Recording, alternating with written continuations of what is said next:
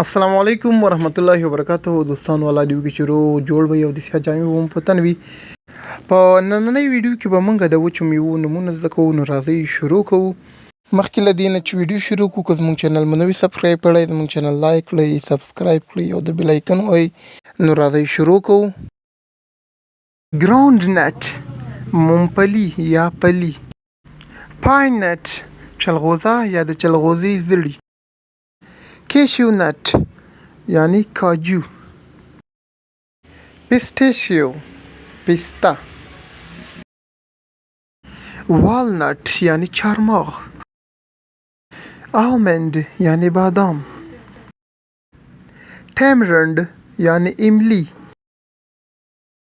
موبری یعنی شاتوت یا تور توت، ډیټس یعنی کجوره یا خرما، فیگ یعنی انځر، کوکونٹ یعنی کوپرا، ریزن یعنی ممیز. Thanks for watching. Bye bye.